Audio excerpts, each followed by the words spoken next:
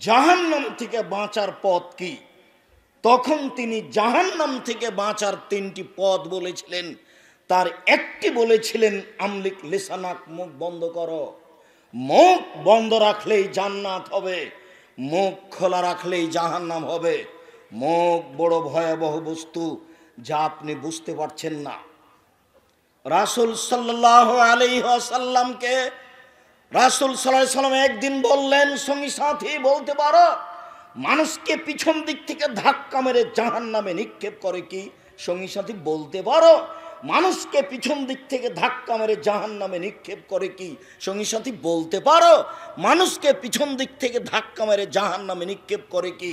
এই কথা বলতে বলতেই ফাখাজা লিসানাহু, তিনি তার জিহ্বাটা ধরে নিয়ে বললেন, এ দেখো, এই জিহ্বা মানুষকে পিছন দিক থেকে ধাক্কা মেরে জাহান্নামে নিক্ষেপ করে। সম্মানিত দিনী ভাই বোন, রাসূল সাল্লাল্লাহু আলাইহি ওয়াসাল্লাম বলেন, মুখের ভালো কথাতে দানের নেকি হয়। হাদিস বুখারী মুসলিম। আমি নিজে থেকে বলিনি, ব্যক্তিগত কথা নয়। মুহাম্মদ সাল্লাল্লাহু আলাইহি সাল্লাম আজ থেকে নিয়ে 1450 বছর পূর্বে এই কথা বলেছেন, যে হাদিস বুখারী মুসলিমে রয়েছে। রাসূল সাল্লাল্লাহু আলাইহি ওয়াসাল্লাম বললেন,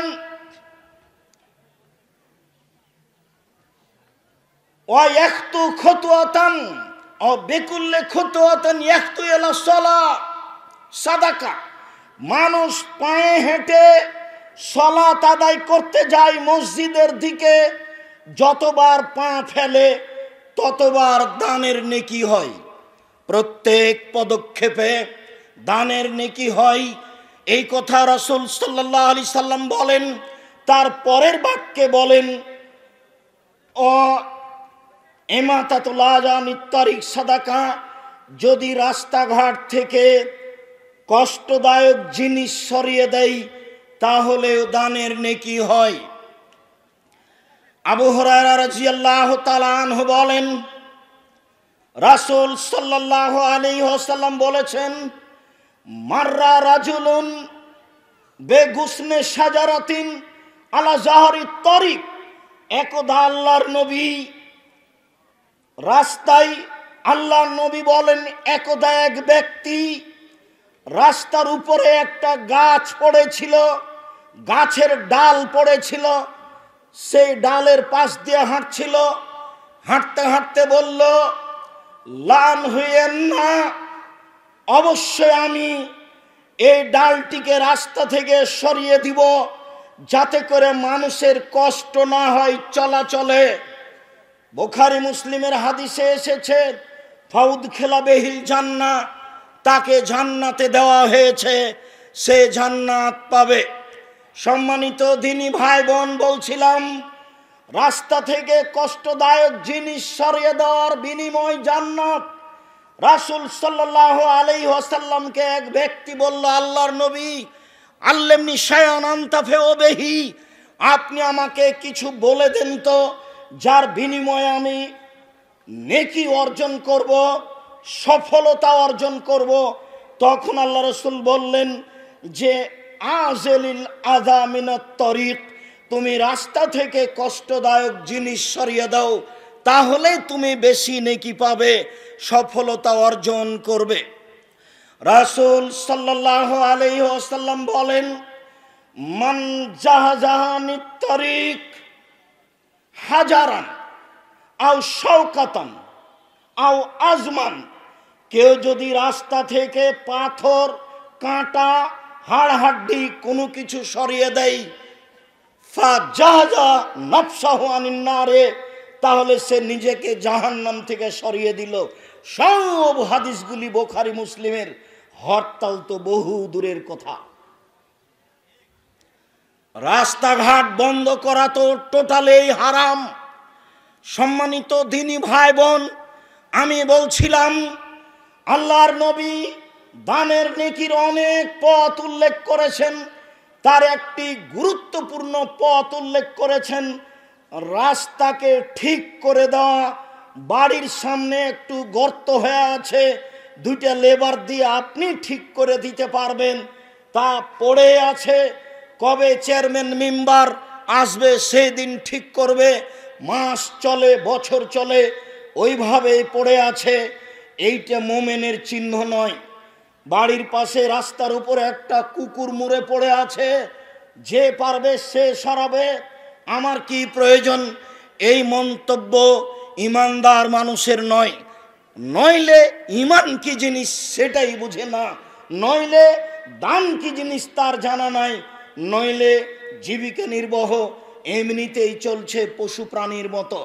সম্মানিত দিনী ভাই বোন, মহান আল্লাহ বলেন, বুঝেও বুঝে না ওরা, অন্তর আছে বুঝে না, দেখেও দেখে না ওরা, চক্ষু আছে দেখে না, শুনেও শোনে না ওরা, কান আছে শোনে না। উলাইকা কালানাম, তারা পশু প্রাণীর মতো, তারা গরু ছাগলের মতো। পশু প্রাণী খায়, দিন কাটায়, ভালো মন্দ বিবেচনা করে না। যারা বিবেচনা করে না, বুঝেও বুঝে না, শোনেও শোনে না, দেখেও দেখে না, আল্লাহ তাআলা তাদেরকে পশু প্রাণীর মতো বলেন।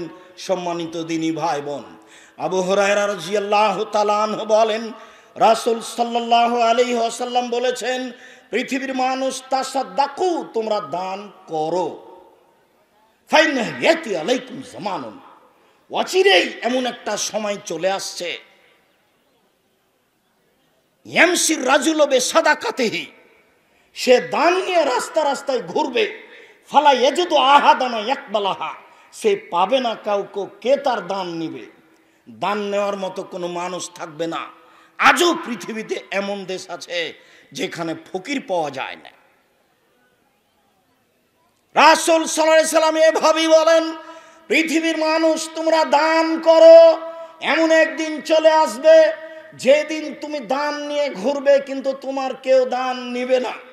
যখন আপনি নিয়ে যাবেন তখন বলবে, লা তাইতাবিল আমস লা কাবিল তহফামান ইয়াউ ফালা হাজাত আলী বিহা, তুমি কালকে নিয়ে আসলে এটা নিতাম, আজ আমার কোনো প্রয়োজন নেই।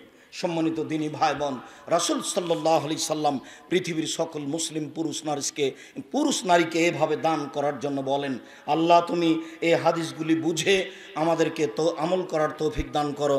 আল্লাহুম্মা আমিন। আল্লাহুম্মা সাল্লি আলাইহি, আল্লাহুম্মা বারিক আলাইহি।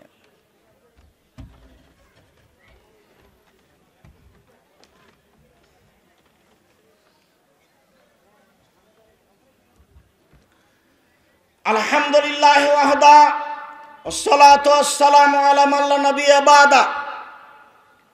আবু হুরায়রা রাদিয়াল্লাহু তাআলা আনহু বলেন, রাসূল সাল্লাল্লাহু আলাইহি ওয়াসাল্লামকে জিজ্ঞাসা করা হয়েছিল, আইয়ুস সাদাকাতু আফজাল, আল্লাহর নবী সবচেয়ে উত্তম দান কোনটি, কোন দানে বেশি নেকি রয়েছে? রাসূল সাল্লাল্লাহু আলাইহি ওয়াসাল্লাম উত্তরে বললেন, জুহুদুল মুকিল্লে, নিঃস্ব মানুষ পরিশ্রম করে, কষ্ট করে, পয়সা উপার্জন করে দান করবে, এতেই সবচেয়ে বেশি নেকি রয়েছে। হাদিস তো বুখারী মুসলিম। এক খেয়ালে চেয়ে থাকবেন, এই ছেলেরা, এখানে যারা আছে তারা মুখে কথা বলে কেন, এইটুকু বুঝিয়ে দিতে হবে। সম্মানিত দিনী ভাই বোন, রাসূল সাল্লাল্লাহু আলাইহি সাল্লাম যা বলেন তাতে বোঝা যায় পরিশ্রম করে মানুষ যে পয়সাটা দান করে তাতে সবচেয়ে বেশি নেকি রয়েছে। আনাস রাদিয়াল্লাহু তাআলা আনহু বলেন, রাসূল সাল্লাল্লাহু আলাইহি ওয়াসাল্লামকে জিজ্ঞাসা করা হয়েছিল, আইয়ুস সাদকাতু আযম আজরান, আল্লাহর নবী সবচেয়ে কোন দানে বেশি নেকি রয়েছে? আগের জিজ্ঞাসা ছিল সবচেয়ে উত্তম দান কোনটি, এইবার আল্লাহর নবীকে জিজ্ঞাসা করা হলো কোন দানে সবচেয়ে বেশি নেকি রয়েছে। আল্লাহর নবী উত্তরে বললেন, আনতাসাদ্দাকা, তুমি দান করবে, সাহিহুন, তখন তুমি সুস্থ, শাহীহুন, তখন তুমি অর্থ লোভী, তাকসাল ফাকরা, দিলে কমে যাবে এই ভয় তোমার ভিতরে আছে, ওয়াতামালুল গেনা, পয়সা জমা করছো বেশি হোক এর আশায়, এই সময়ে যদি দান করো তাহলে সেই দানে সবচেয়ে বেশি নেকি হবে। এখন পর্যন্ত তো সময় কাটাচ্ছেন, এসেছিলাম তো দোকানপাটে খাওয়ার জন্য, ঘোরার জন্য, এখন পর্যন্ত দান করিনি, টাকা পয়সাটা তো রেখে দিয়েছি। বিবেচনা আপনার কাছে। দান করতে আপনি বাধ্য নন, তবে হাদিস মূল্যায়ন করতে আপনি বাধ্য। রাসূল সাল্লাল্লাহু আলাইহি সাল্লামকে জিজ্ঞাসা করা হলো, আল্লাহর নবী, কোন দানে সবচেয়ে বেশি নেকি রয়েছে? তখন তিনি 4টা কারণ উল্লেখ করলেন। 1, তুমি সুস্থ। 2, তুমি অর্থ লোভী। 3, দিলে কমে যাবে। 4, পয়সা বেশি করার পরিকল্পনা চলছে। এই সময়ে যদি দান করতে পারো তাহলে সবচেয়ে বেশি নেকি হবে। আবু হুরায়রা রাদিয়াল্লাহু তাআলা আনহু বলেন, রাসূল সাল্লাল্লাহু আলাইহি ওয়াসাল্লাম বলেছেন, পৃথিবীর মানুষ, অত্তাকু যুলমা ফাইনা যুলমা যুলুমাত, মানুষের প্রতি অত্যাচার করো না, ফলাফল অন্ধকার, বিচারের মাঠে জাহান্নাম। এই বাক্যের পরে তিনি বললেন, ওয়াত্তাকু শুহা, পৃথিবীর মানুষ, তোমরা কৃপণতা থেকে বেঁচে থাকো। ফাইনা শুহা আহলাকা মান কানা কাবলাকুম, নিশ্চয় কৃপণতা তোমাদের পূর্বের মানুষকে ধ্বংস করেছে। পৃথিবীর মানুষ, কৃপণতা থেকে বেঁচে থাকো। কৃপণতা পূর্বের মানুষকে ধ্বংস করেছে। তিনি দিন রাত যে বাক্যগুলি বলতেন, তার একটা বাক্য বলতেন, আল্লাহুম্মা ইন্নী আউযু বিকা মিনাল বখল, হে আল্লাহ, তোমার কাছে আমি কৃপণতা থেকে বাঁচতে চাই। আল্লাহ, যেসব বিপদ থেকে আমি তোমার কাছে বাঁচতে চাই তার একটি কৃপণতা। আল্লাহ, তোমার কাছে আমি কৃপণতা থেকে বাঁচতে চাই। রাসূল সাল্লাল্লাহু আলাইহি ওয়াসাল্লাম বলেন, সালাসুন মুহলিকাতুন, সালাসাতুন মুহলিকাতুন, সালাসাতুন মুনজিয়াতুন, আর সালাসাতুন মুহলিকাতুন ফামাল মুহলিকা, যেই 3টি জিনিসে মানুষ ধ্বংস হয়ে যায় তার একটি হচ্ছে হাওয়ান মুত্তাবা, প্রবৃত্তিকে মেনে নেওয়া। এত বলার পরেও প্রবৃত্তি বলেছে চলো বাইরে ঘুরে আসি, হোটেলে খেয়ে আসি, এর নাম প্রবৃত্তি। এত বলার পরেও প্যান্ট টাকনোর নিচে আছে, তার নাম প্রবৃত্তি। এত বলার পরেও দাড়ি ছোট আছে, তার নাম প্রবৃত্তি। এত বলার পরেও দোকানে বসে আড্ডা পিটা হয়, তার নাম প্রবৃত্তি। এত বলার পরেও নগ্ন পোশাক পরে চলে নারী, তার নাম প্রবৃত্তি। মুহাম্মদ সাল্লাল্লাহু আলাইহি সাল্লাম বলেন, প্রবৃত্তিকে মানে যারা ধ্বংস হলো তারা। প্রবৃত্তিকে মানে যারা ধ্বংস হলো তারা। তার পরের বাক্যে তিনি বলেন, হাউন মুত্তাবা সহুন মুতা, কৃপণতাকে মেনে নেয় যে সেও ধ্বংস হলো, দান করে না যে সেও ধ্বংস হলো, দান করে না যে সেও ধ্বংস হলো। আল্লাহ রাসূল বলেন, লা ইয়াদখুলুল জান্নাতা বখিল, কৃপণ জান্নাতে যাবে না। কৃপণতা খুব খারাপ গুণ, বিবেচনা করে চলবেন। আবু হুরায়রা রাদিয়াল্লাহু তাআলা আনহু বলেন, রাসূল সাল্লাল্লাহু আলাইহি ওয়াসাল্লাম বলেছেন, গফিরা লা ইমরাতিন মুমেসা, পতিতালয়ের এক মহিলাকে ক্ষমা করে দেওয়া হয়েছে, সে জান্নাতে যাবে। যে হাদিস আমি মাঝে মধ্যে আপনাদের সামনে বলে থাকি। মাররাত বিকালবিন, এই মহিলা এক কুকুরের পাশ দিয়ে যাচ্ছিল। আলা রাসে রাকিন, কুকুরটা ছিল একটা ইঁদারার পাশে, ইঁদারার মুখের ওপরে। এলহাসো, সে জিহ্বা বের করে পিপাসার জন্য খুব ছটফট করছিল। কাদায় এক তোলা হল আতাস, মনে হচ্ছিল যেন পিপাসা তাকে মেরে ফেলবে। খুব পিপাসিত ছিল এই কুকুর ইঁদারার পাশে। এইখান দিয়ে ওই মহিলা যাচ্ছিল। ফান তার উড়নি দিয়ে মোজাকে বাঁধল। ফান নাজাত লাহুল মা, মোজা বেঁধে ওই মোজাতে করে ইঁদারা থেকে পানি উঠালো, কুকুরকে পানি পান করালো। গোফের আলাহা, এই মহিলাকে ক্ষমা করা হয়েছে, সে জান্নাতে যাবে। হাদিস বুখারী মুসলিম। পশু প্রাণীর প্রতি যদি মানুষ দয়া করে, সেটাও দান, সেটাও সাদকা, যার বিনিময় জান্নাত, রাসূল সাল্লাল্লাহু আলাইহি সাল্লাম বলেন। সম্মানিত দিনী ভাই বোন, আবু হুরায়রা রাদিয়াল্লাহু তাআলা আনহু বলেন, আল্লাহর নবী বলেছেন, মা মিন ইয়াউমিন ইসবাহুল ইবাদু ফিহে, নাই এমন কোন দিন যেদিন সকালে সকাল করে পুরুষ নারী, নাই এমন কোন দিন যেদিন পুরুষ নারী সকাল করে। অর্থাৎ প্রত্যেক দিন সকালে মালাকানে ইয়ানজিলানে, আকাশ থেকে দুইজন ফেরেশতা নেমে আসেন।